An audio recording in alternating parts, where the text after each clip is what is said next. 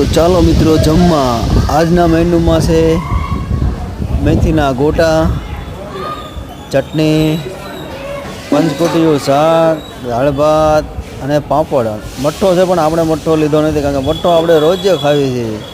મઠ્ઠો હવે ગળાય આવે છે, હવે ભાવતો નથી. તો ચાલો, એટલે ચાંદલાની વિધિ છે તો આપણે જોઈએ. બધા લીસોટા પાડે છે જમવામાં.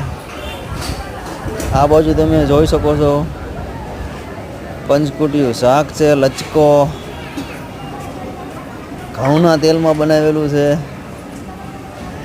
આ બાજુ પૂરી તળાય છે. આ બાજુ ગરમા ગરમ ભજીયા બની રહ્યા છે. મેથીના ગોટા, કાંઈ ન ઘટે. ચાલો, પૂરી વણવા બેસી ગયા છે. પૂરી ઘટી ગઈ છે આપણે જમવામાં. બધા જેમાં એટલું ને તે પૂરીની ઘટ પડી જાય છે. પછી અમે બે હાથે સોંટ્યા છીએ પૂરી વણવા. આ બાજુ પૂરી તળાય છે ગરમા ગરમ. તો ચાલો મિત્રો જમ